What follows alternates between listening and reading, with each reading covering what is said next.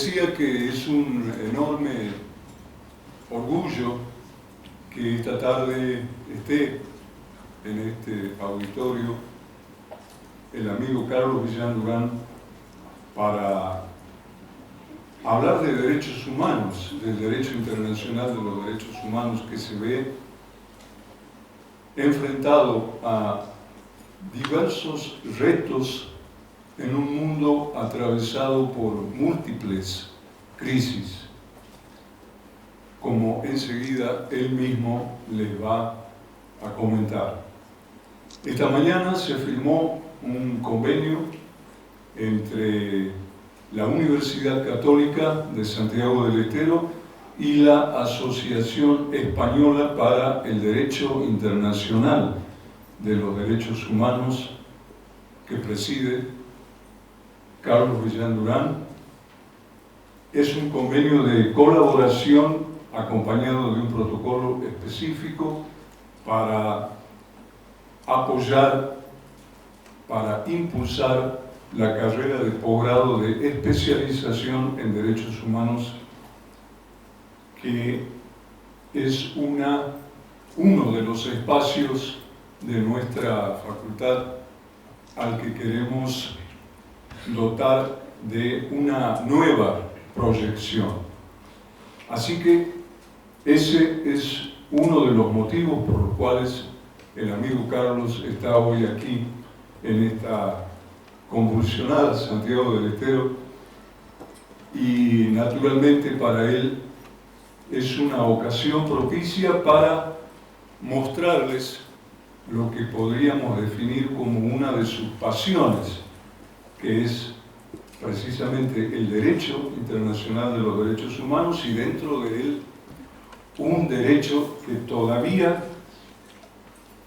está consolidándose, un derecho que es urgente consagrar de manera expresa, plena, que no es otro que el derecho humano a la paz.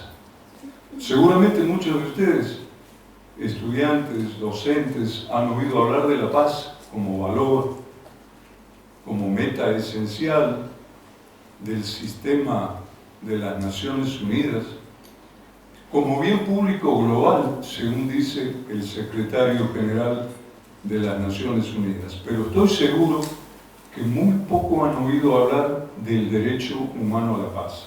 Así que ese va a ser uno de los temas que nuestro visitante, nuestro distinguido visitante, va a abordar esta tarde. Quiero decirles también que con él compartimos una lucha que es precisamente la de instalar este tema del derecho humano a la paz, no solamente en el ámbito de la sociedad civil, en el ámbito académico, como en esta oportunidad, sino también, y por qué no, en el propio seno de las Naciones Unidas, donde ya pasó en el marco de un proceso de codificación que no terminó como la AEDIDH y las demás organizaciones que apoyan el proyecto esperaban. Pero tenemos la esperanza de volver a transitar ese camino de la codificación de este derecho humano fundamental. Y decía que compartimos la lucha porque aquí están presentes también miembros de un nuevo espacio que se ha abierto en nuestro país desde octubre de 2020, que es la Red Federal de Estudios sobre el Derecho Humano a la Paz. Aquí, en primera fila, tenemos a colegas como Pedro Babús, Sebastián Banco, la doctora Carpintero, Ricardo Taján, por allá está el amigo Héctor Loaiza, todos ellos miembros de la Red Federal de Estudios sobre el Derecho Humano a la Paz, al igual que María Teresa Tenti, que nos ha hecho llegar un mensaje que después le voy a pedir a Sebastián que lea. Así que también ese es un motivo por el cual Carlos está aquí en Santiago, además de la firma del convenio que mencioné hace un momento y de un protocolo específico con la facultad. Agradecemos la presencia de un numeroso grupo de alumnos. También debo decir que la Universidad Católica de Santiago del Estero muestra el camino a seguir porque tiene una cátedra de Derechos Humanos en la carrera de Abogacía y otra cátedra similar en la carrera de Relaciones Internacionales, lo cual no es usual. Justamente hoy, conversando con Carlos, nos contaba que esto en España, por ejemplo, no es algo común de encontrar. Por lo tanto, es un mérito. Liliana, decana de nuestra facultad, que siempre nos apoya, al igual que Gabriel Ávila, también presente, Marta Sapunar, en el ámbito de las investigaciones. Por ende, tenemos un espacio valioso que ahora se va a fortalecer gracias a la colaboración de la AEDIDH, es decir, la Asociación Española para el Derecho Internacional de los Derechos Humanos. En nombre de todos nosotros, de la comunidad educativa de la UCE, le doy la bienvenida a nuestro querido profesor y amigo Carlos Villán Durán, y sin más prolegómenos, le cedo la palabra para que aborde el tema que quiere compartir con todos nosotros. Adelante, Carlos, muchas gracias por tu visita.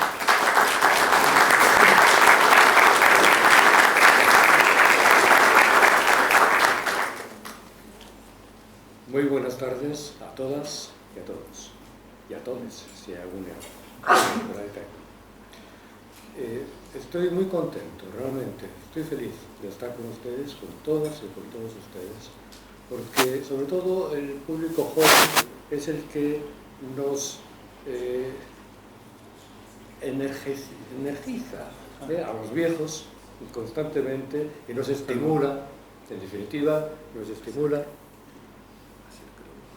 Ya, ahora sí, nos estimula a los más antiguos, a los viejos, para seguir adelante y para no tirar la toalla nunca, ¿no?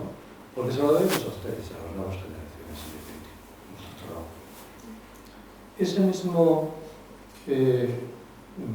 estímulo que ustedes me transmiten me hace pensar sobre la marcha que no debo de pronunciar una conferencia tradicional, magistral, al uso en el mundo académico. Ustedes necesitan otra cosa, algo más. Ustedes necesitan que les hablen claro. Porque no quiero decir que les transmitan la verdad. Yo no soy, digamos, un gusto parlante que únicamente dice la verdad. Digo lo que he estudiado, lo que pienso y expreso mis convicciones. Pero a ustedes les corresponde libremente tomar lo que consideren oportuno y desechar lo que no consideren oportuno. Ustedes son los que y las que tomarán la decisión final. Lo que les quiero transmitir hoy, esta tarde,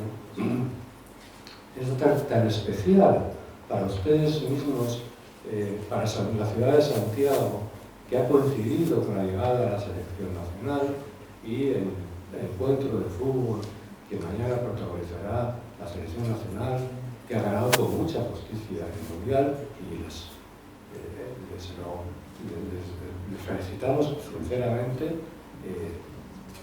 y comprendemos también que a ustedes les arrastre esa alegría y quieren celebrarlo, y es muy legítimo.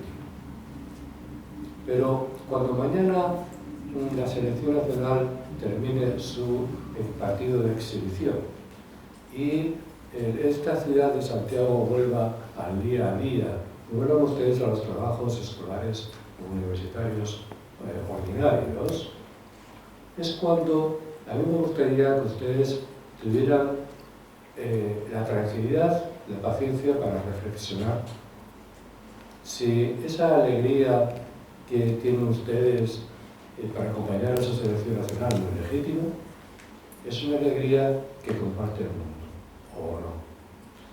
porque, y aquí es donde viene la parte triste, la noticia triste que les tengo que dar, el mundo está en peligro de autodestrucción. Y esto es algo que académicamente, si no lo pruebas, no lo dices. De manera que es un reto para mí demostrarles o explicarles por qué tememos, o por qué temo, y tememos, creo, que el mundo se autodestruya. Hay varios elementos que son los que componen la crisis, las numerosas crisis internacionales que están presentes en el mundo de hoy y de los cuales Argentina tampoco es ajeno. Aunque desde la ciudad de Santiago hoy lo veamos todo muy lejano, en realidad esas crisis están encima de nosotros constantemente. Piensa, por ejemplo, en la crisis climática. La crisis climática es algo que les afecta tanto a ustedes como a nosotros o como a cualquier sector y cualquier pueblo de la humanidad en general, porque afecta a todo el planeta, es planetario. Se puede decir global, porque está de moda, porque es English, global, ¿no? Pues English, pues global, pues es global, pues global, como quieran ustedes, pero es mundial, es planetario, dicho en castellano. La crisis climática la conocen ustedes bien. La crisis climática la están sufriendo ustedes todos los días. La crisis climática está en la boca de todos nosotros. ¡Qué calor hace! ¡Qué verano! ¡Qué caloría! ¡Qué calor más exagerado! ¿Por qué no llueve? ¿Por qué hay esta sequía? ¿Por qué hay tanto dengue? Son cosas como nuevas que no estábamos acostumbrados a sufrir aquí, en la ciudad de Santiago, y estamos sufriendo. Y eso no es por casualidad. Eso es porque hay un grupo de estados que son más poderosos del planeta que queman demasiado petróleo, que sus economías las tienen construidas sobre la base de quemar energías fósiles, petróleo, gas, carbón. Y eso produce un recalentamiento y un calentamiento progresivo de la atmósfera, de la Tierra, y un envenenamiento progresivo de todo, de la atmósfera, pero también de la propia Tierra. La industria automovilística es otro ejemplo de lo que no se debe de hacer. Y la resistencia de esos mismos países a dejar de producir vehículos de propulsión a base de petróleo o de gas muy contaminantes es lo que también genera, como saben ustedes muy bien, el recalentamiento de la Tierra. Está científicamente probado, lo saben ustedes también, porque es un sitio de los diarios prácticamente, que no podemos permitirnos el lujo de que de aquí al año 2025 la temperatura de la Tierra haya aumentado 1,5 grados más. No nos lo podemos permitir, porque si nos lo permitimos, podemos llegar ya a un punto de no retorno en el que las catástrofes naturales se prodigarán, serán mayores todavía. Es decir, que aquí en vez de 40, a lo mejor dentro de 2 veranos, si no hacemos nada, podemos tener 50 grados, 45 o 50 grados. Digan ustedes quién sobrevive a esas temperaturas.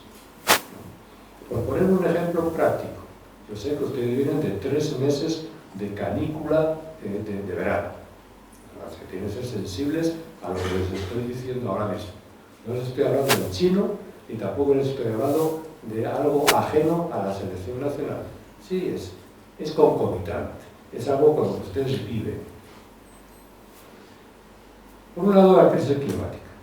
Podríamos hablar de ello y podría ser objeto de una conferencia para explicarlo bien y explicar qué es lo que se está haciendo en las Naciones Unidas, cuáles son los convenios, los principios de París, a qué obligan los principios de París, a reducir las emisiones, por supuesto, y cómo hay países que aceptan una política de reducción progresiva de emisiones y están adoptando políticas renovadoras de energías, de fuentes de energía renovables, renovadoras y fuentes de energía que no sean contaminantes, que las hay.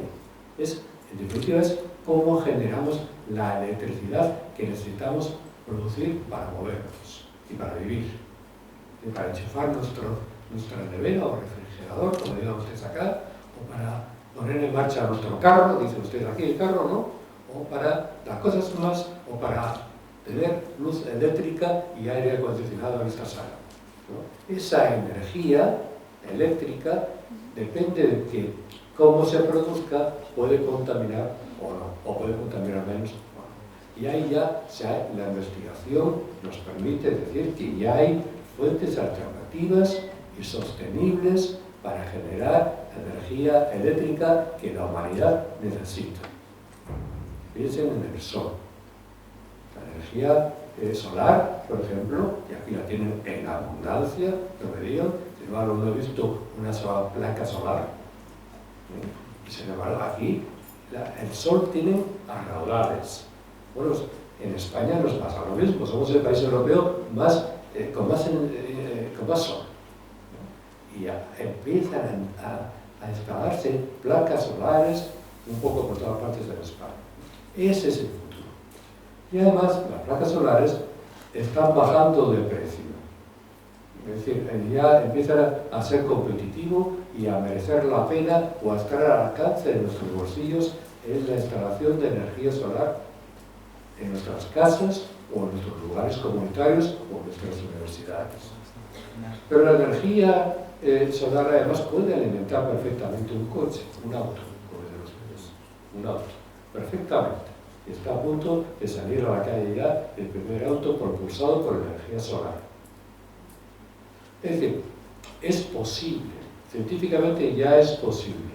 Lo que hay que hacer es necesariamente cambiar el modelo de desarrollo económico sobre el cual está sustentado la humanidad y que es un desarrollo no sostenible. Porque ese modelo tradicional de desarrollo económico, modelo industrial, los coches, la contaminación, las grandes ciudades ya no son vivibles. Van ustedes a Buenos Aires y se dan cuenta que ya no se puede vivir en Buenos Aires, pero tampoco en Madrid, o en París, o en Londres. Ya no se puede vivir. La gente huye de las grandes ciudades porque ya no es vivible. Y no es vivible porque son ciudades que se han hecho para los autos, para los coches, para el tráfico y están muy contaminadas. Bien, pues, en fin, como ven, me he salido del escenario de una clase magistral. Solamente quería alertarles de que ¡ay! Se despegó esto. Gracias, ahora sí. Alertarles de que el cambio climático está ahí y es uno de los elementos de crisis. Dense en cuenta también que uno de los elementos que precipitan muchos conflictos armados en el mundo es el deseo de las grandes potencias de controlar las fuentes de suministro de energía fósil. Los pozos petroleros del Oriente Medio, por ejemplo, ¿quién los controla? Por esas guerras del Oriente Medio. O ¿quién controla el petróleo de Irak o de Irán? Por esa guerra de Irak también. ¿Lo ven? Hay una relación directa, ¿no? Los estados poderosos quieren hacerse con el control de esas fuentes de energía fósil que al mismo tiempo están destruyendo a la humanidad. Ya esos esquemas están periclitados. Tienen que repensarlo, tienen que cambiar el chip, como dicen ahora. Tienen que cambiar el chip, tienen que pensar, hay que pensar, y ya se está pensando, ya se está produciendo, y las Naciones Unidas están en la vanguardia de esta evolución, un nuevo modelo de desarrollo sostenible. Esa es la palabra clave. Aquí en América Latina ustedes a veces dicen sustentable, pero es animo a decir sostenible, porque es mucho más español que sustentable, que es inglés. Sostenible. Si no es un modelo de desarrollo ecológicamente sostenible, no vale para nada. Simplemente nos hunde más en el desastre hasta que vamos. De manera que hay que cambiar la mentalidad de la gente. Y no solamente la mentalidad de la gente y el consumo también. Es decir, nos vemos arrastrados a la sociedad del consumo, a comprar productos que no necesitamos, por ejemplo, o a comprar productos de mala calidad que nos sirven para un día y al día siguiente ya los tiramos. Esa economía de productos malos, pero para el día, etc., lo único que produce es una aceleración del consumo humano, pero hay que pensar en los desechos tóxicos. Es decir, cómo se recicla esos materiales. La ropa que llevamos, cada vez que compramos ropa nueva, lo debiéramos de pensar mucho, porque la ropa, los tejidos, es uno de los elementos más contaminantes a la hora de intentar reciclarlos. Es muy difícil reciclar la ropa, aunque una buena parte de la ropa está compuesta de plásticos derivados del petróleo. Pero en fin, nosotros lo que buscamos productos naturales para ponernos en nuestros cuerpos, buscamos lanas, algodones, porque buscamos fibra natural y no fibra artificial. Pero todo eso, a la hora de tirarlo a la basura, supone una necesidad de reciclaje que es muy caro. Es muy caro. Y que los países en desarrollo no tienen las condiciones técnicas todavía para acometer el reciclaje de tanta basura acumulada. No podemos acumular tanta basura. La basura orgánica, la basura de nuestras casas de todos los días, es una basura que primero hay que separar lo orgánico de lo no orgánico, de los plásticos, por ejemplo, y hay que dejarlos en contenedores claramente separados, que es lo que permitirá a la municipalidad recoger la basura de una manera inteligente y llevarla de los plásticos a la fábrica que es capaz de reciclar los plásticos, o la basura orgánica a la fábrica que es capaz de quemarlos o de extinguirlos de alguna manera para que no produzcan daños a la salud de la gente, ¿no?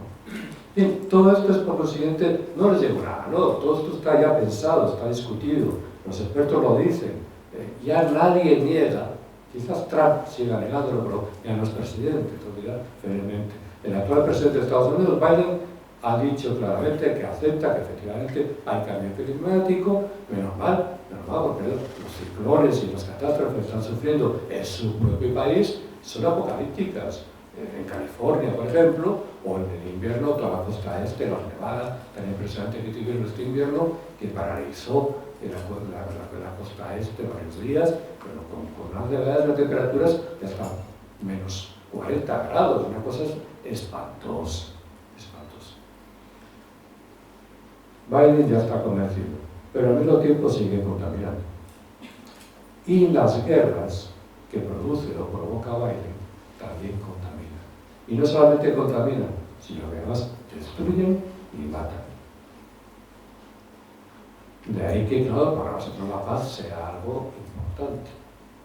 Y como juristas, como defensores de los derechos humanos, ¿cómo puede haber disfrute de los derechos humanos si nos están baleando? Es imposible. Si hay una guerra o hay una insurrección terrorista, por ejemplo. Pues claro, no puede ser. Si no hay paz, no puede haber disfrute de los derechos humanos. Eso yo creo que ustedes, los más jóvenes, lo pueden entender perfectamente. Hay una relación simbiótica entre la paz y los derechos humanos. Pero lo vamos a ver con un poquito más de detalle y con algunos ejemplos para ilustrárselo mejor. Quiero ahora acabar con esta reflexión rápida sobre la crisis económica. Porque la crisis económica tiene una pata en que el modelo económico de desarrollo, ya lo hemos visto, no es sostenible, ecológicamente sostenible, porque sí hay que cambiar el modelo de desarrollo. Vamos hacia ello, pero cuesta avanzarse.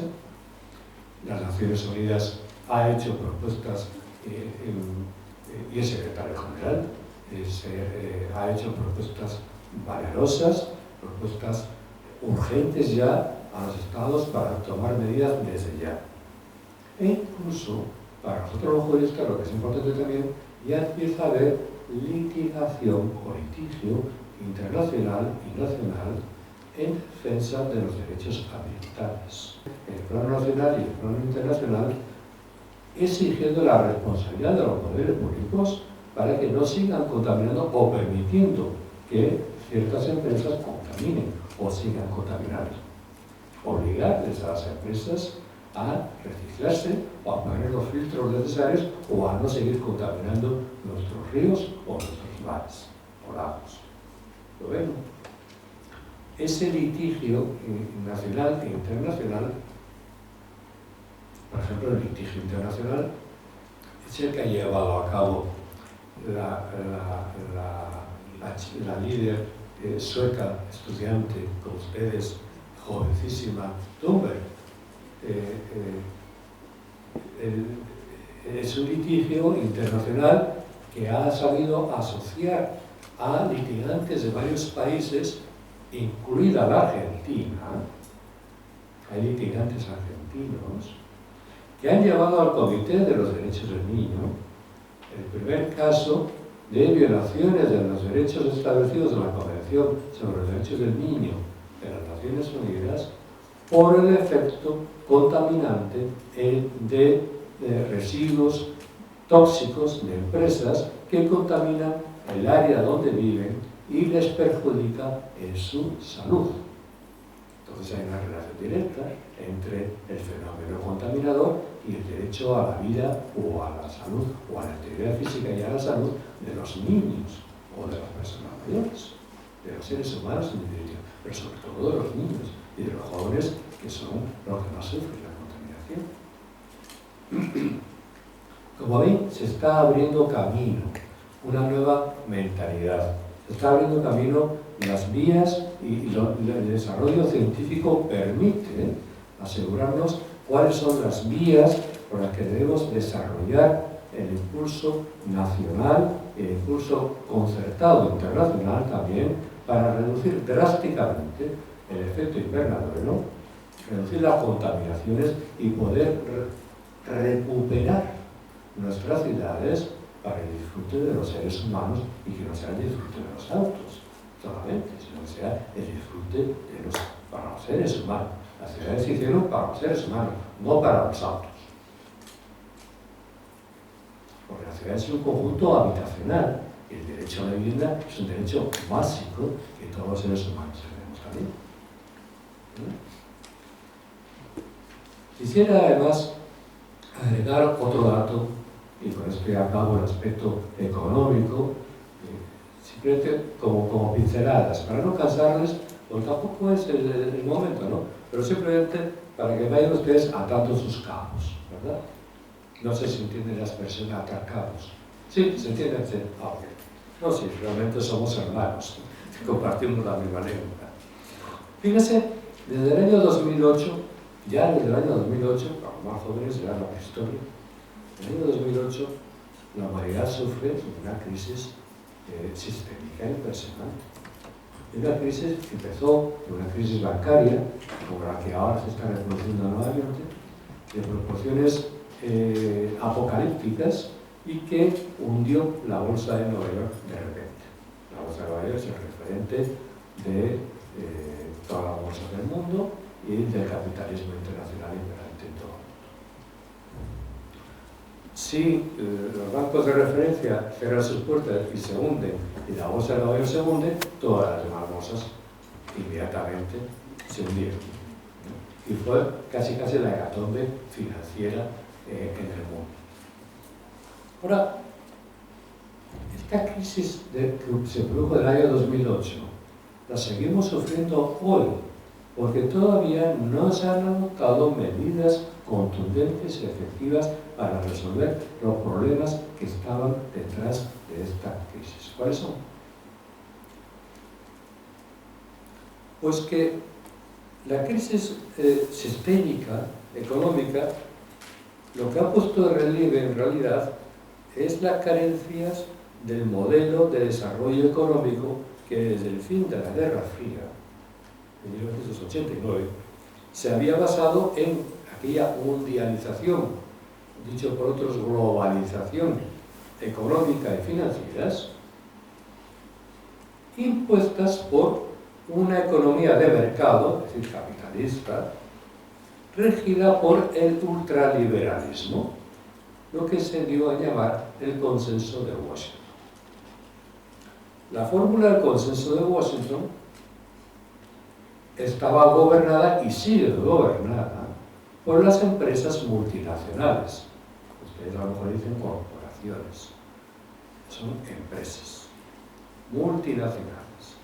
Y las empresas multinacionales las hay tan enormes que tienen más poder y más peso económico que muchos estados juntos.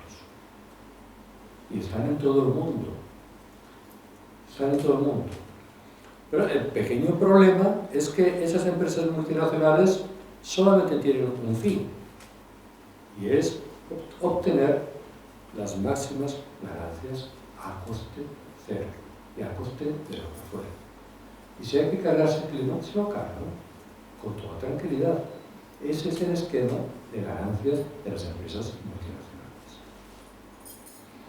Y ese es el esquema impuesto en todo el mundo por el Consenso de Washington ya de los años 80. Ese esquema, evidentemente, no podía durar mucho, tenía que romper. Y de repente explotó en el año 2008. Eso es lo que les quería decir. Y algunos datos más para que ustedes reflexionen por su cuenta. Este modelo de desarrollo desquiciado impuso la privatización de los servicios públicos esenciales. Eso ustedes saben algo de esto en Argentina. La privatización de los servicios públicos esenciales. ¿Por qué? Porque en Argentina el servicio de correos que funcionaba bien, servicio público, de repente se privatiza y el excelente Palacio de Correos se convierte en el Centro Cultural Kirchner. ¿Por qué? Me pregunto yo. ¿Es eso correcto? ¿Y dónde está el servicio público de correos? No. Ahora el que quiera enviar una carta o un paquete a algún sitio, paga a una empresa privada que cobra caro y que eso se brinca además. Ese es el negocio de la multinacional del correo privado. ¿Y por qué privatizamos el servicio público de correos? Y como les digo, correos, les hablo de muchas... bueno, es uno de los que he visto recientemente en Buenos Aires, que es evidente, ¿no? Pero eso ocurre en Buenos Aires y ocurre en todas partes del mundo, en toda Europa, ha ocurrido en toda Europa. Pero claro, si privatizamos un servicio público como es la seguridad social o el derecho en la sanidad pública, y la privatizamos y lo convertimos en hospitales privados, eso quiere decir que solamente podrá ir a un hospital a curarse la persona que pueda pagarlo, pero no la persona que lo necesite. La persona que lo necesite y no puede pagarlo no podrá entrar en un hospital privado. Y eso es a lo que nos conduce la privatización de la sanidad pública. O la privatización de la enseñanza. Si la escuela pública no cubre las necesidades básicas escolares de toda la población y los padres tienen que llevar a sus hijos a escuelas privadas o no tienen alternativa pública, la tienen que pagar. Y en la escuela privada, evidentemente, si cobra, se beneficia y saca un beneficio. Como ven, la privatización de servicios públicos esenciales es una norma de esta crisis económica que veníamos sufriendo y que venimos sufriendo desde el año 2008.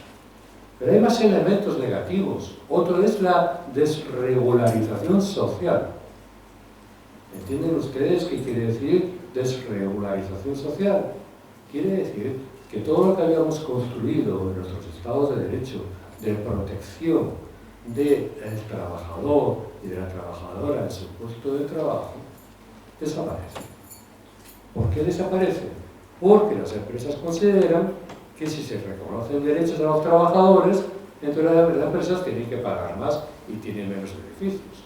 Luego cortemos los derechos de los trabajadores, es decir, el derecho al salario digno, el derecho a la seguridad social, el derecho a una pensión digna, cortemos, recortemos, suprimamos, privaticemos todo eso, y eso es la desregularización social. Y además las empresas multinacionales provocan la desregularización porque, en el colmo del disparate capitalista, las empresas multinacionales colocan sus lugares de producción en los sitios donde pueden obtener la mano de obra más barata, a más bajo precio y prácticamente pseudo-esclavizada. Pero son nuestras propias empresas multinacionales, las europeas, las gringas, las que externalizan ese producto y se van a establecer sus empresas, las sacan de París o de Francia o de España y se las llevan al Asia y se establecen en uno de esos países en donde está completamente desregularizada la protección social. ¿Se dan cuenta? Para sacar adelante productos más baratos a coste cero para las multinacionales y malos para el consumidor que luego lo recibe.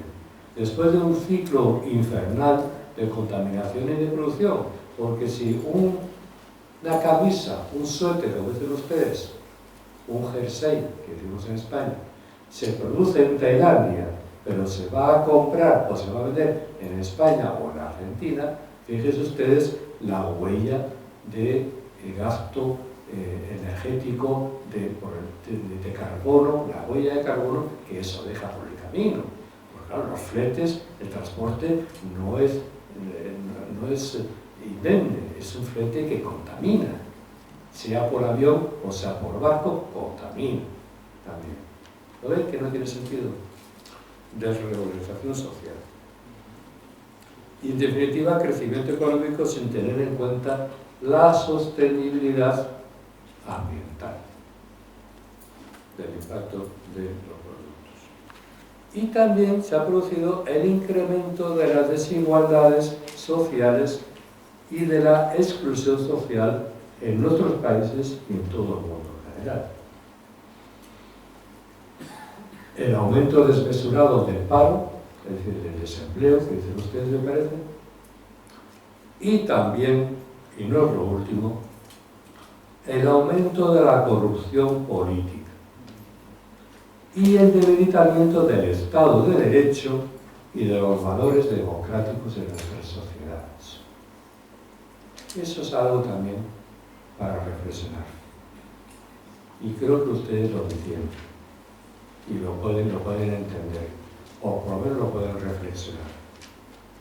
Pero ese es el modelo de desarrollo que estalló en el año 2008, pero que todavía no ha sido sustituido por nada coherente y fijo y se está todavía produciendo. De ahí que estemos en plena crisis sistémica, todavía, hoy, en el año 2023.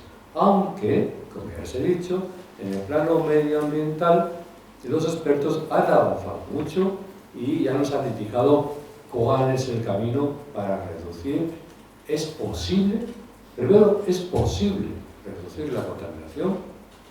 Segundo, es posible todavía hoy salvar la humanidad. Si esperamos unos años más, es posible, lamentablemente, que lleguemos demasiado tarde y que haya efectos irrecuperables.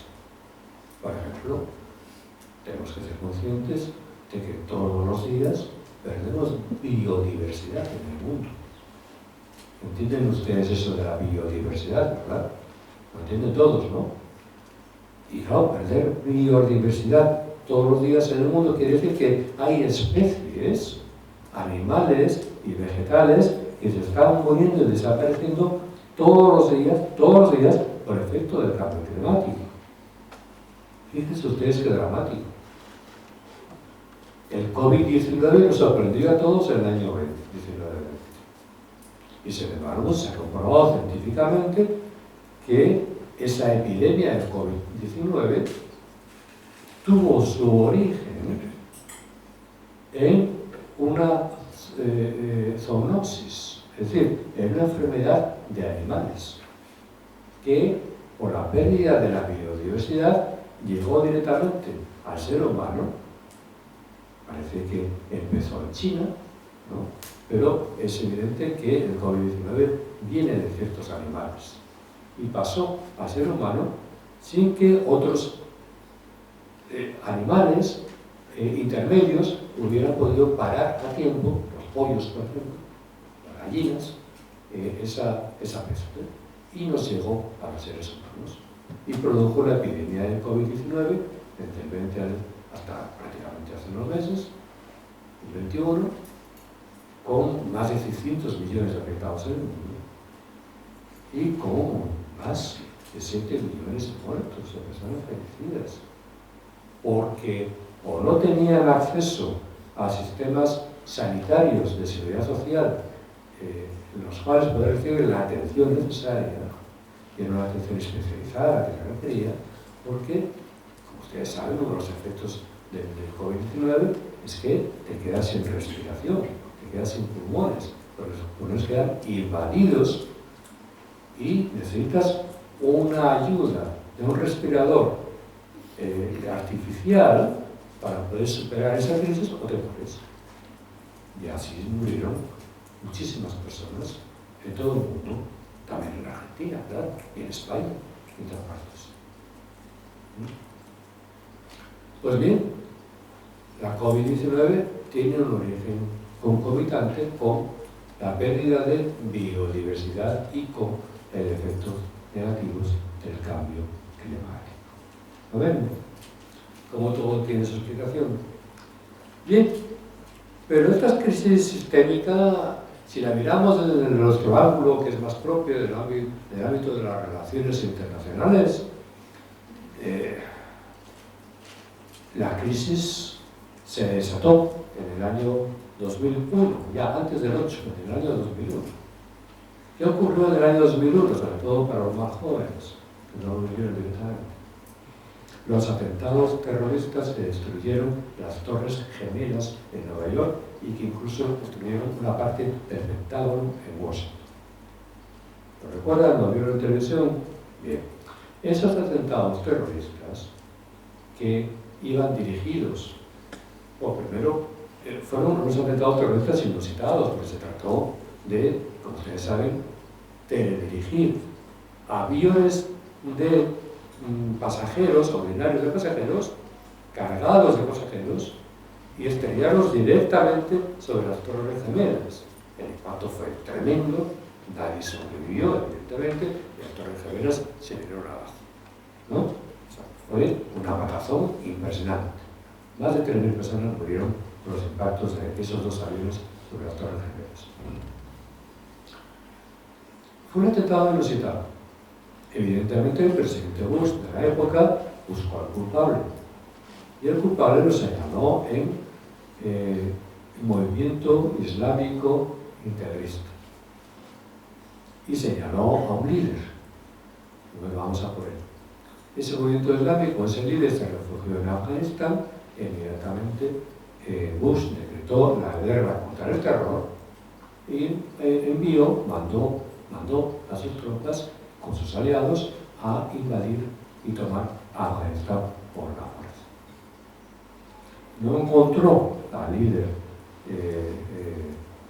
islamista, que era un árabe de Arabia Saudita, Bin Laden, no lo encontraron, y sin embargo años después apareció cadáver. No, tampoco apareció el cadáver no lo enseñaron. Apareció, por lo visto, en Pakistán.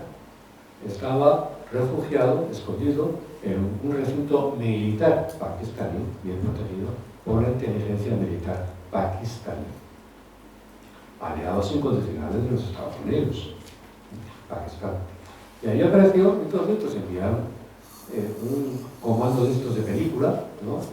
Un comando especial de intervención, y llegaron varios helicópteros, evidentemente con la complicidad de las Fuerzas Armadas pakistaníes, no pueden aterrizar en un campamento militar pakistaní si no es con la complicidad de los pakistaníes, obviamente, esos helicópteros artillados y en los que venía un comando especial de Estados Unidos, entraron a saco y según vieron a Bin Laden le pegaron una mataron, le pegaron unos cuantos, una rampa de tiros y lo mataron. Y tomaron el cadáver y se lo llevaron. Por eso digo que el cadáver no lo hemos visto. Y los Estados Unidos se preocuparon especialmente de hacer desaparecer el cadáver. Fíjense qué cosa más terrible. ¿No les dice algo a ustedes por los desaparecidos en la época de la dictadura militar argentina? Pues es el mismo sistema, ¿no? Se llevaron el cadáver a un portaaviones de los Estados Unidos en el Golfo Pérsico y allí lo tiraron al mar con desaparición, según explicó el presidente Obama, que fue el que dirigió esta operación de comando de los Estados Unidos. Bien, el caso es que estos atentados terroristas sin precedentes generó una convulsión mundial y esa guerra contra el terror que supuso que el presidente de los Estados Unidos, en aquel momento Bush, rompiera con las reglas del juego y con los principios básicos de la Carta de las Naciones Unidas y sin la autorización del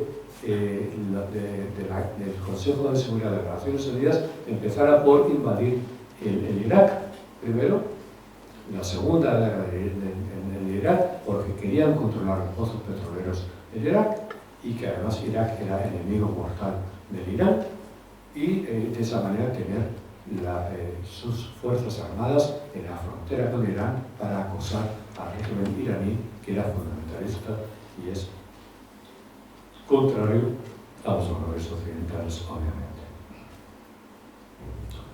Bien,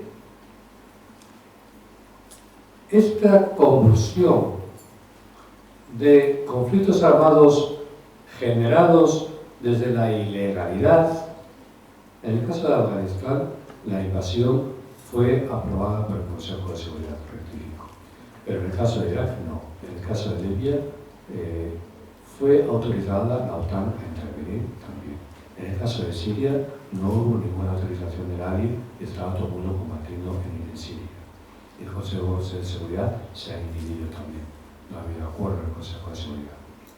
Porque toda esta serie de conflictos armados que se han desencadenado en el mundo a partir de los atentados terroristas de 2001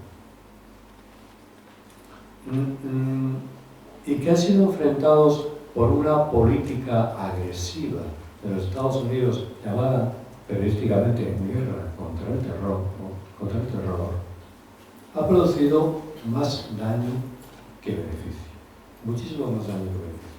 Porque hoy, en el año 2023, el mundo es más inseguro, es más inestable, estamos más al borde del cataclismo que en el año 2001. Después de 20 años de guerra contra el terror, la consecuencia y la conclusión es que o rectificamos o nos vamos todos al tocho. ¿Viste qué es tocho? Es decir, nos autoeliminamos. Porque la evidencia de una guerra atómica está ahí. La proliferación de conflictos armados, al margen de la legalidad de las Naciones Unidas, por la vía de hecho de las potencias militares del mundo, encabezadas por los Estados Unidos, es un hecho. Y eso ha producido, por consiguiente, una deslegitimación de las Naciones Unidas muy grave, de la Carta de las Naciones Unidas y del derecho internacional muy grave. En ese contexto, el derecho internacional de los derechos humanos también ha sufrido los mismos retrocesos. El derecho internacional de los derechos humanos es muy sensible a los cambios políticos, a los cambios institucionales y a las crisis económicas o a la crisis ecológica también, al cambio climático. Todo ello afecta a los derechos humanos y por consiguiente el disfrute de los derechos humanos también ha sido afectado. Pero también ha afectado a la calidad de nuestras instituciones democráticas, ha afectado a la calidad de nuestros gobiernos. ¿Cómo es que en nuestros gobiernos no hay liderazgo suficiente, evidente, para llevar adelante las políticas que desde las Naciones Unidas se promocionan para reducir el cambio climático, para enfrentar realmente el cambio climático? ¿Por qué nos falta ese liderazgo? ¿Por qué no hay líderes mundiales que se unen a las Naciones Unidas en los cambios urgentes en las políticas económicas, en las políticas sociales, en las políticas militares, para poder revertir la crisis sistémica en la que estamos encarrerados, en la que nos está llevando hacia el desastre?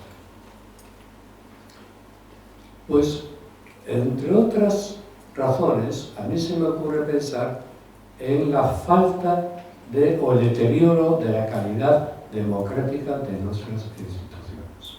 Si nuestros gobiernos adoptan políticas y decisiones contrarias a los intereses de la gente, de sus ciudadanos, están violando los derechos humanos. Y eso es lo que está ocurriendo todos los días. Cuando en Europa hay un clamor generalizado por parte de nuestros gobiernos, de la Unión Europea, de la OTAN, el gobierno español incluido, encabezador de la guerra, alimentar la guerra de Ucrania, y nadie habla de la paz, nos están llevando también hacia el desastre, directamente. Entonces, cuando se está alimentando el conflicto de Ucrania de una manera exagerada y brusca y grotesca, hay que preguntarse a quién beneficia ese conflicto, para entenderlo. ¿A quién beneficia ese conflicto? ¿O quién es el perjudicado de ese conflicto, si ustedes quieren? Y si ustedes responden a esas preguntas, verán cómo el primer perjudicado, evidentemente, es la población ucraniana, que está poniendo los muertos. Y el pueblo ucraniano que está sufriendo la destrucción masiva de sus ciudades. También habrá rusos muertos, pero no sabemos cuántos, porque los rusos no nos cuentan, y si lo cuentan no nos lo dicen. ¿Y quién gana entonces? Pues gana fundamentalmente Estados Unidos. ¿Por qué Estados Unidos? Porque Estados Unidos no quiere una Europa unida. Y la mejor manera de mantener a Europa unida es alimentar una guerra en el corazón de Europa que mantenga a Europa unida, a la Europa separada en dos mitades. Europa no será nunca Europa mientras no incorpore a Rusia, que es la parte fundamental de Europa. Termina el mapa y eso es Europa. Entonces, rompiendo a Europa en dos mitades, a través de la guerra de Ucrania, Estados Unidos mantiene a Europa dividida y sometida.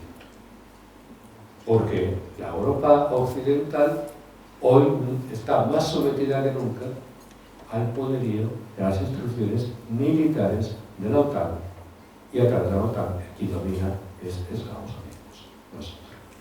¿Y por qué gana Estados Unidos? Porque en toda guerra el gran negocio es el comercio de armas, que es lo que se utiliza en las guerras. ¿Y quién vende armas a Ucrania? Estados Unidos.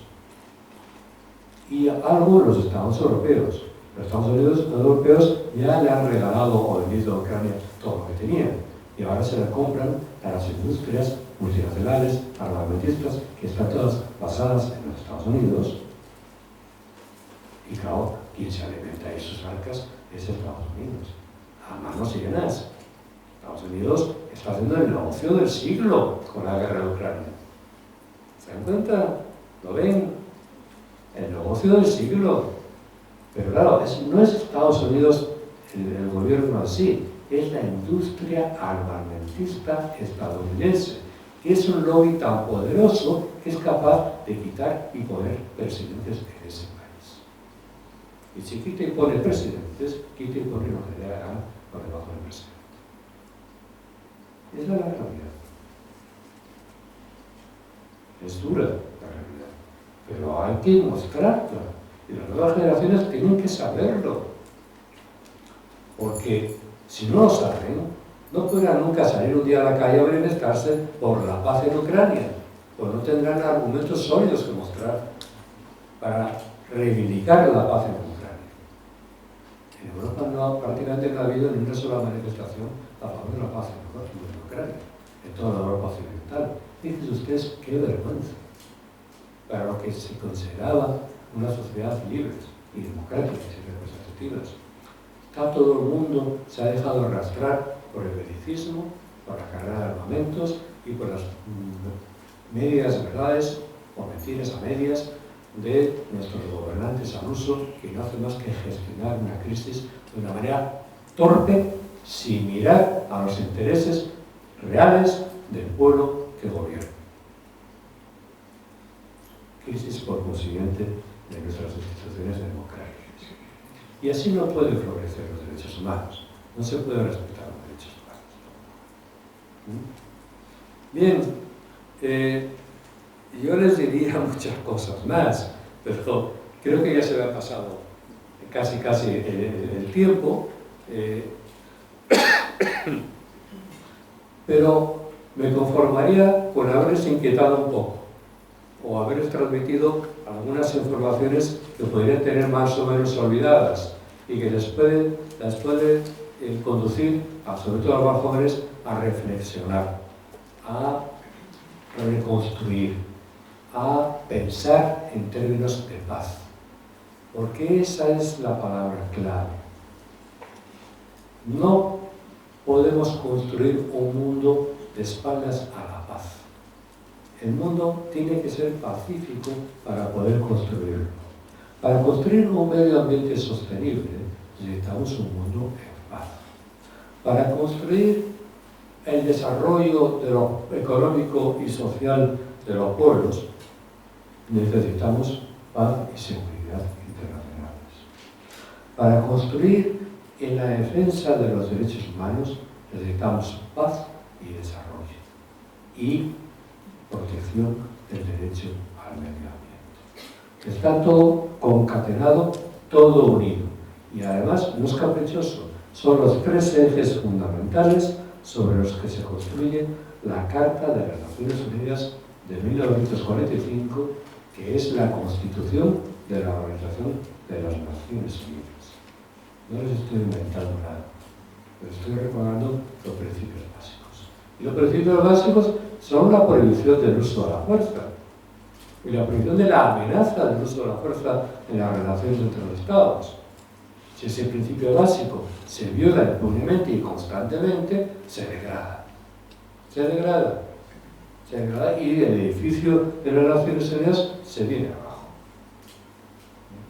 Y toda la construcción del derecho internacional, que es una construcción inteligente, es una construcción producto del multilateralismo, producto del derecho, producto del pensar de gentes pacíficas que a la salida de la Segunda Guerra Mundial firmaron la Carta de las Naciones Unidas, cuyo objetivo es mantener la paz y seguridad internacionales.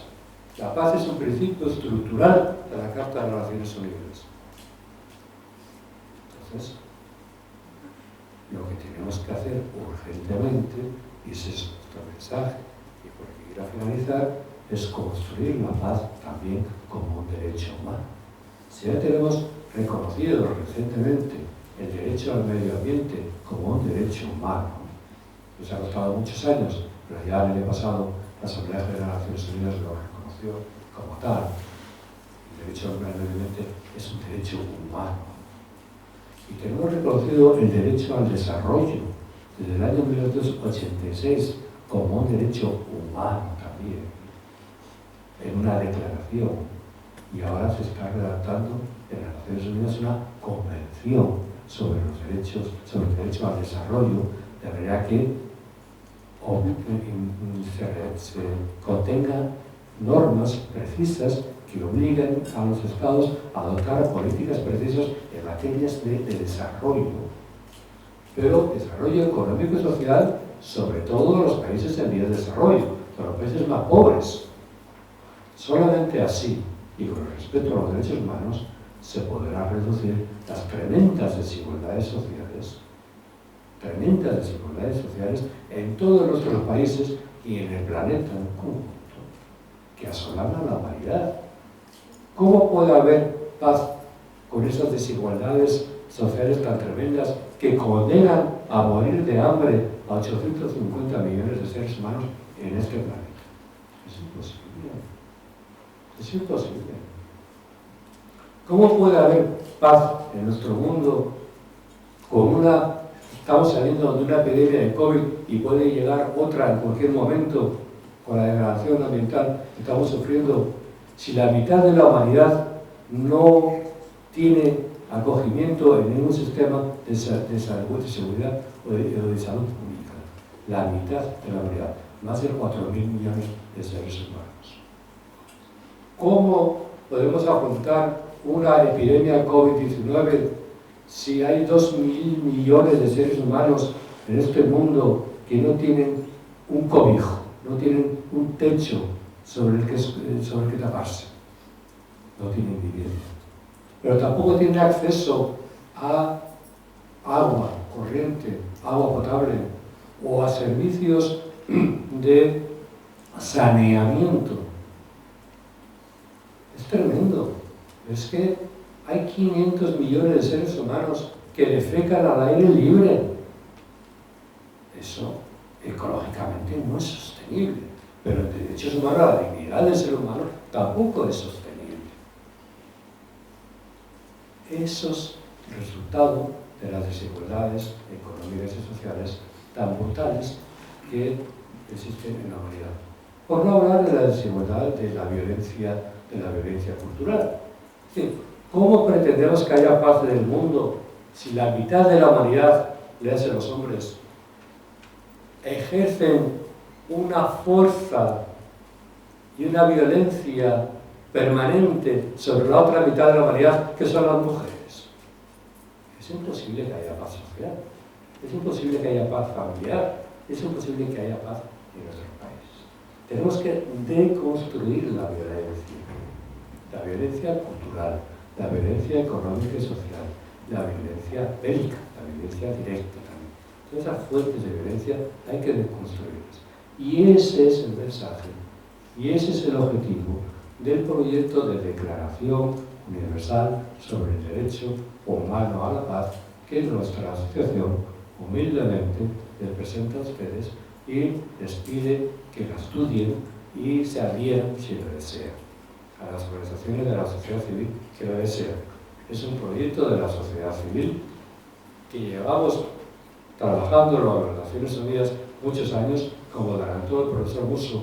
En el año 2016, la Asamblea General de las Naciones Unidas adoptó una primera resolución en respuesta a nuestro pedido sobre el derecho a la paz, pero una respuesta que fue muy poco contundente, porque si lo tituló Derecho a la Paz, si uno la lee con detenimiento de la resolución, ve que ahí no se reconoce la paz como derecho humano y se reconoce ninguno de los elementos básicos del derecho humano a la paz, como es el derecho al desarrollo, el derecho al medio ambiente, el derecho al desarme.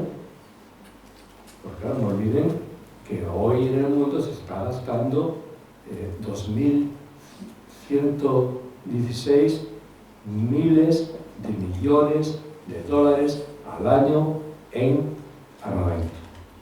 Que la compraventa y el trasiego de elementos corrompe a nuestros poderes públicos, corrompe a todo bicho viviente, como corrompe el narcotráfico.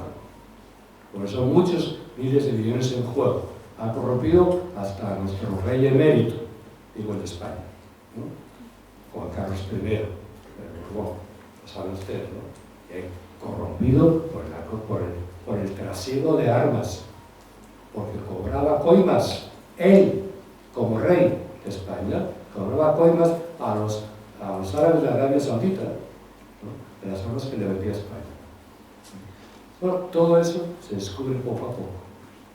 Pero es que el comercio de armas, además de no servir para nada más que para matar y destruir, corrompe por el camino. ¿De acuerdo? Los hechos están ahí. Entonces hay que deconstruir la violencia, hay que construir paz. El derecho a la paz es un instrumento jurídico que le proponemos para construir paz sobre bases sólidas, sustentables o sostenibles y duraderas. Y con ese mensaje de esperanza, sin hablarles más de la inminencia de un conflicto armado que puede acabar degenerando en un conflicto atómico, una guerra atómica, de la cual no podamos sobrevivir nadie, en Ucrania, si no se pone un alto fuego rápido a esa guerra sin sentido de Ucrania. Con eso les dejo y les agradezco muchísimo la atención, no sin antes recordarles que estoy aquí para responder a cualquier pregunta que me quiera formular. Muchas gracias.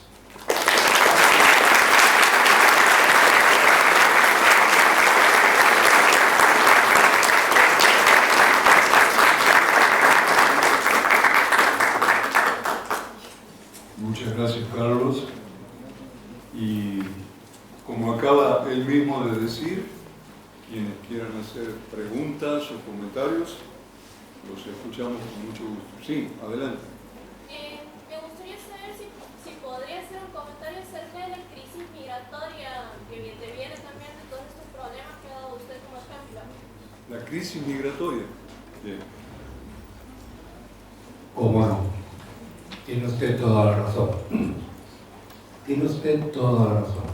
Se me ha quedado en el saco de muchos temas que debía haber propuesto acá, pero que no he tenido tiempo. La cuestión migratoria es una de las cuestiones más lacerantes que tiene que enfrentar la humanidad. Y además es que es una cuestión falsa. Se podría arreglar ya. Por decirlo así. ¿Qué significa la cuestión migratoria? Significa algo tan viejo como el mundo. Algo tan viejo como el mundo. Desde que el mundo es mundo y los seres humanos estamos en el mundo, la gente, por vía natural, emigra. Va de un sitio a otro buscando ¿qué? Lugares donde garantizar su supervivencia. Así de simple. Así de simple. Antes de que hubiera estados, emigrábamos y nos íbamos para aquí y para allá con nuestras familias y acarreábamos todo. No había fronteras, no había problemas. Ahora de repente, todos son fronteras inexpugnables, políticas securitarias que cuestan millones y millones de dólares, inútiles, para frenar la invasión de los inmigrantes. ¿Qué invasión? Mentira la invasión. Es que son diferentes a nosotros. Y aleluya, que sean diferentes a nosotros. Así aprenderemos más y nos enriqueceremos mejor. Ah, no, es que no son creyentes. Ah, no son católicos, no. Creen en Alá. O creen en sus ancestros o en sus culturas aborígenes. Pues que crean. ¿No hay libertad religiosa? Pues libertad religiosa para todos. También para los inmigrantes. Es que hablan raro. Pues claro, que hablen su idioma. Si se quieren integrar, ya hablarán nuestra lengua generalizada o común de nuestro país. Es que vienen a robarnos. Pero si viene lo contrario, es gente joven, muchas veces hasta graduada. Argentina, un país que ha recibido durante años y años y años, decenios, inmigración europea. De gente que llevaba acá, nuestros abuelos llegaron acá con una mano adelante y otra detrás. Inmigrantes pobres de solidariedad. Argentina ha crecido y se ha ilustrado gracias a una buena parte de la aportación laboral, de la mano de obra, intelectual también, de esos inmigrantes que llegaron un día a la Argentina y se quedaron para siempre en la Argentina. Que la Argentina ha crecido y se ha beneficiado de la inmigración. Desgraciadamente, actualmente Argentina tiene una lista de espera de más de 1 millón de argentinos en la lista de espera para obtener un reconocimiento o obtener el acceso a la nacionalidad española. Y hay 2 millones que quieren hacer lo mismo con la nacionalidad italiana. Eso es un pésimo indicador. Eso quiere decir que hay generaciones completas de argentinos que han tirado a la toalla. Y de aquí no hay solución y me voy a buscar la vida a otra parte. Yo me pregunto, ¿han luchado legítimamente, claro, por tener una solución en su país antes de marcharse? Antes de tener que emigrar. Porque la emigración en sí misma es un trauma. Es trasplantarte a otro país, romper con tus raíces y tener que guardarte a otra cultura, a otras raíces, a otra manera hasta de comer, ¿no? Y de beber, y de relaciones sociales. Y además el inmigrante que llega es el más discriminado. Ese es otro de los grandes traumas de la inmigración. Se le pone todo tipo de trabas al inmigrante para que no llegue. Yo ahora mismo el mar Mediterráneo parece una tumba colectiva de gente que perece tratando de atravesar el Mediterráneo de África hacia Europa. Miles y miles de muertos. Todos están en el fondo del Mediterráneo. Dificilísimo contarlos a todos, claro. Y, al mismo tiempo, el fenómeno migratorio es algo que debemos de ver, primero desde el ángulo de los derechos humanos. El migrante es un ser humano portador de la misma dignidad que cualquier otro ser humano. Y como ser humano es titular de los mismos derechos humanos que cualquier otro ser humano. Por consiguiente, no se puede maltratar ni discriminar a un inmigrante por el hecho de ser inmigrante. Tampoco por el hecho de que sea regular o irregular. No se le puede discriminar, porque es violar sus derechos humanos. A un inmigrante no se le puede dar un salario de miseria en el lugar de acogida en el país de inmigración que hayamos escogido. El trabajo más duro que los nacionales no quieren hacer y además les pagan salarios de miseria por debajo de lo legalmente establecido. Regímenes prácticamente de semi-esclavitud, de explotación laboral. Eso es una vergüenza. Y es que además hay que ver la cuestión migratoria como ganan las dos partes. Es decir, gana el inmigrante que busca un futuro para él y su familia, un lugar donde sobrevivir con seguridad, en paz y con el fruto de su trabajo. Y gana el país que les acoge. Porque el país que les acoge, por ejemplo España, está en decrecimiento demográfico. Es decir, morimos más españoles que nacen españoles. Hay cada vez menos españoles en España y la población está muy envejecida. La pirámide demográfica está invertida y necesitamos gente joven. ¿Y qué mejor gente joven que los inmigrantes de los países latinoamericanos hermanos que vienen a España a hacer muchos trabajos que nosotros ya no queremos hacer? Por ejemplo, trabajo doméstico, o trabajo en la construcción, o trabajo en la agricultura. Pues démosles un salario digno como mínimo y no pongamos barrera a esos gente jóvenes que quieren venir a nuestro país porque nos están haciendo un favor, porque con su trabajo pagaremos las pensiones del futuro, los españoles. Si no hay renovación demográfica, no hay renovación de la población, de la gente que trabaja, no habrá contribuciones suficientes de la seguridad social para pagar las jubilaciones y las pensiones a nuestros mayores. Luego, dejémonos de hipocresías, dejémonos de racismos, dejémonos de hostilidades, dejémonos de hacernos eco del discurso de los partidos de ultraderecha que están subiendo como la espuma en Europa. La ultraderecha en España es Vox. En Italia tengo la primera ministra del partido de extrema derecha. Y eso, por eso está ocurriendo lo que está ocurriendo en Italia ahora. Nada es por casualidad. El discurso de la extrema derecha, de odio al extranjero, al diferente, es un discurso de odio al inmigrante también. Es un discurso falso. Y además, por supuesto, contrario a los derechos humanos. Es perfectamente solucionable, pero hay que cambiar ese chip a nuestros gobernantes.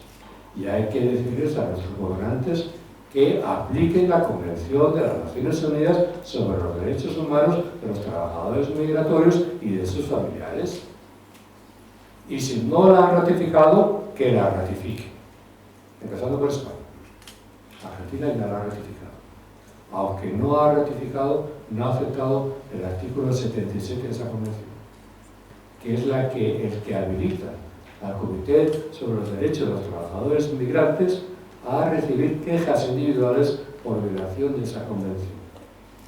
¿Por qué se resiste Argentina, el Estado argentino, a aceptar el artículo 77 de esa convención?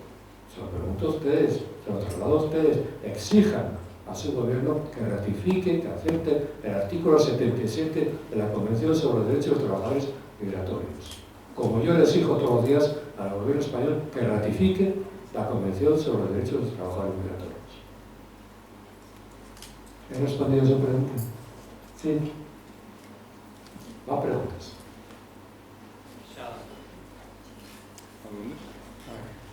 Buenas noches.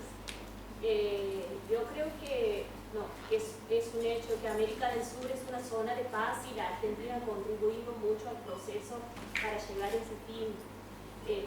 Los derechos humanos, de hecho, son una punta de lanza reconocida a nivel internacional para los argentinos, ¿no? Nosotros lo vivimos a través del 24 de marzo, la memoria, la verdad y la justicia, y quería consultarle su opinión sobre en qué estadio se encuentra este tipo de discusión en España, considerando que hay algunos grupos políticos que reclaman que no se discuten lo suficiente las consecuencias del franquismo.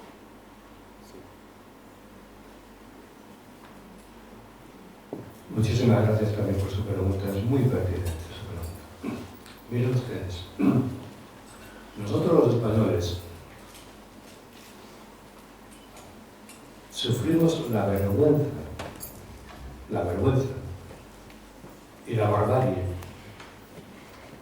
que supone el que no haya habido ninguna revisión en profundidad de lo que ocurrió en España durante la Guerra Civil Española de los años 1936 a 1939, ni tampoco en los 40 años de dictadura franquista que se sucedieron a esta Guerra Civil. Fíjese que es un periodo de la historia de España muy largo, entre 1936 y 1975, año en que el dictador muere en su cama. Pero muere en la cama.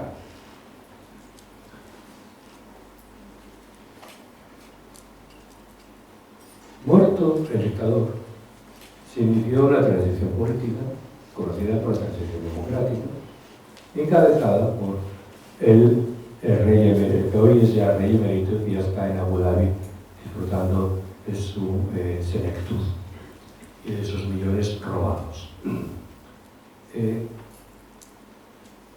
Lo que nadie quiere recordar en España es que ese rey que ahora es emérito fue rey de España a partir de la Constitución del año 1978, mucho antes, incluso al día siguiente de muerto Franco, ya fue rey de España. ¿Ustedes saben por qué? Porque sí fue rey de España, porque fue designado a dedo por Franco de quiero que me suceda, Es decir, el príncipe Juan Carlos. Un pacto con los Borbones. Claro, pacto pactísimo. Y además lo puso en la ley de sucesión que me sucederá el príncipe Juan Carlos. Un referéndum que hubo en España para elegir por el sí o por el no. No. Pero hubo un referéndum constitucional, pero no un referéndum de la figura de Juan Carlos. No, insisto. Juan Carlos fue designado a dedo por Franco como su sucesor. Y después de muerto Franco, asume como rey de España y para legitimarse ante el pueblo y ante Europa y ante el mundo, que bueno, voy a favorecer una transición política. Vamos a pasar del régimen de la dictadura a un régimen democrático.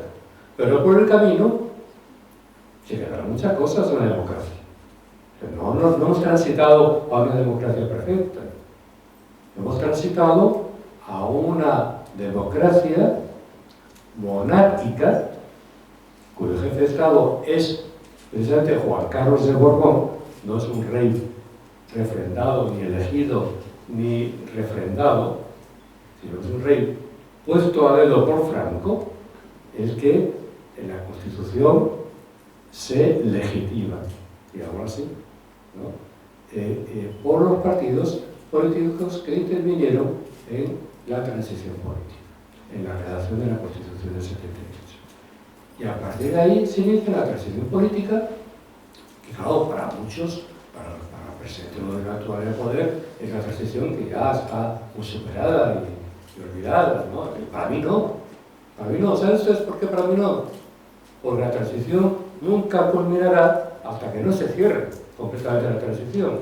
Y la transición para mí, como para cualquier jurista, creo yo también, y cualquier político de esto también, creo yo, será cuando en España se recupere la legalidad constitucional que existía inmediatamente antes del golpe de Estado del año 36 de General Franco y sus secuaces.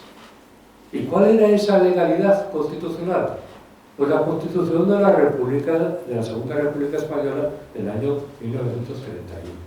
Una Constitución republicana, democrática, modélica, que reconoce el derecho a votar a las mujeres en el año 31, reconoce a las mujeres el derecho de voto y cambia las estructuras, la manera de pensar el Estado hacia una proyección del Estado federal, como lo tienen ustedes acá. Porque claro, es que España es un conglomerado de naciones. Nos hablan ustedes un poco por la historia, ¿no? Fíjense, por ejemplo, el referente de Cataluña o del País Vasco, por poner los ejemplos más vivos. Pero es que hay muchas más naciones. En realidad es un conglomerado de naciones. Galicia, Asturias, Valencia, Baleares, Canarias. Es un conglomerado de naciones. El franquismo quiso unificarlo todo eso bajo un régimen totalitario, pero evidentemente fracasó. Y con la recuperación democrática, con la transición política, pues se inventaron las comunidades autónomas, que es una solución a medio camino entre el Estado unitario y el Estado federal. Una solución a medio camino. Las comunidades autónomas tienen competencias importantes dentro de los territorios de cada comunidad autónoma, tienen incluso facultades ejecutivas, legislativas y judiciales, ¿no? Pero las grandes facultades y las grandes decisiones en materia de política nacional se las reserva el Estado nacional, ¿no? En materia, por ejemplo, de política de defensa, en materia de política de interior, policía, interior, defensa, en justicia, en sanidad, las grandes políticas nacionales, en educación,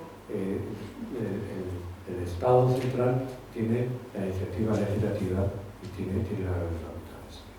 Bien, hay sectores nacionalistas en Cataluña y en el País Vasco que claramente están disconformes y ya han desautorizado al rey de España y ya le han dicho que no es bienvenido a ningún lugar de Cataluña o del País Vasco, será bienvenido el rey de España. No le reconocen. ¿Por qué? Porque reivindican su república. Una república catalana o una república vasca. Para ellos esa república sería la culminación de su independencia. La inteligencia del español medio está, yo creo, en saber combinar todo eso con la unidad de España, una unidad mínima de España. Yo creo todavía salvable la unidad de España. Pero mientras nos aferremos a reprimir a los independentistas catalanes o vascos, sin nada en contrapartida, y estamos abocados al fracaso, estamos abocados a un conflicto generalizado que acabará en un conflicto generalizado y una guerra de secesión, más tarde que declarar. Pero volviendo a la memoria histórica, me he ido por otro conducto y lo siento. En la memoria histórica, en España, se lo digo muy rápidamente, prácticamente no se ha hecho nada todavía. Hasta el mes de octubre del año 2022, es decir, hace escasos meses. ¿Qué ocurrió en octubre del año 2022? Se aprobó, después de años de discusión, la Ley de Memoria Democrática, que presentó el actual gobierno de coalición de izquierdas en España y consiguió el apoyo de los independentistas vascos, catalanes, gallegos, valencianos y andaluces y canarios, y tuvo en contra, claro, los votos de toda la derecha, del Partido Popular y de Vox, y de Ciudadanos también. Toda la derecha votaron en contra, pues se quedaron de minoría y se aprobó la ley. ¿Es buena la ley? Yo creo que es mejor que la anterior, que fue la ley de memoria histórica de Zapatero, del año 2007. Es mejor, hay progresos, pero no se dice. Se lo digo en dos palabras. La ley por primera vez reconoce algo que es elemental y que los argentinos han asumido desde hace ya muchos años. Y el gobierno argentino también, y el Estado argentino también. Y es que el Estado tiene la obligación de buscar a sus desaparecidos. Así de simple. Así de simple. Pues esa obligación del Estado de buscar a los desaparecidos de la guerra civil y la posterior represión franquista, la asume el Estado español por primera vez en octubre del año 2022. Claro, ha pasado ya muchos años. Ahí ya sabemos ya que hay tumbas clandestinas que ya no son recuperables. Gracias al equipo de antropólogos forenses argentinos, podemos recuperar fósiles, huesos, que a través de pruebas de ADN podemos identificar con algún familiar de ese desaparecido. En algunos casos, estamos ya muy tarde. Fíjense, estamos ya muy tarde. Toda la transición política se construyó de espaldas a la guerra civil, a las víctimas de la guerra civil, a las víctimas de la represión franquista. Al contrario, la transición política se construyó sobre la base de una ley que ustedes llamaron de punto final y que nosotros llamamos ley de amnistía, del año 1977, un año antes de que se aprobara la Constitución y 2 años después de nuestro Franco. La ley de amnistía es la piedra de bóveda sobre la que retumban todas las quejas y querellas que se presentan ante cualquier tribunal de justicia español contra cualquier represión franquista o simplemente en petición de que se busque a 1000 parientes desaparecidos de la guerra o en los años 40 o 50 en la represión franquista. La ley de amnistía considera amnistiados todos los derechos políticos ocurridos antes hasta el año 1977, que se hizo la ley de amnistía. Y es una ley de amnistía, es preconstitucional. Y yo diría que es anticonstitucional también. Y desde luego es contraria a los derechos humanos. Contraria claramente al derecho internacional de los derechos humanos. Porque el derecho internacional de los derechos humanos, bueno, ustedes tienen el mejor relator especial del Consejo de Derechos Humanos sobre el derecho a la verdad, a la justicia, a la reparación y a las garantías de no repetición, en la persona del profesor Fabián Salvioli de la Universidad Nacional de La Plata. Ese es el relator especial del Consejo de Derechos Humanos de las Naciones Unidas para estas materias. Y es este que le ha dicho una y otra vez, este relator especial, al gobierno español, que está en debe ante el derecho internacional de derechos humanos y que no están haciendo todo lo necesario en materia de justicia y de reparación a las víctimas. Eso es lo más leve. Y tampoco en materia de comisión de la verdad.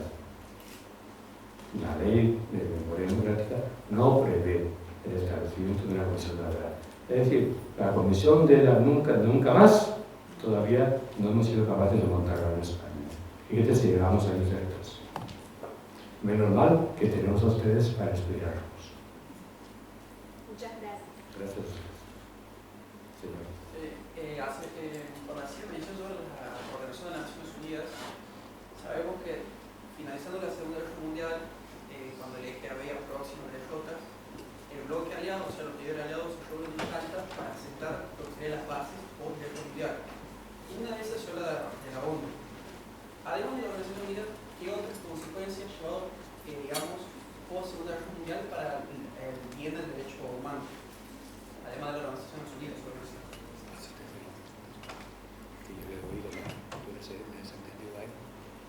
Sí, estás preguntando, a ver si podemos aclarar la pregunta, por el origen del derecho internacional de los derechos humanos en la posguerra.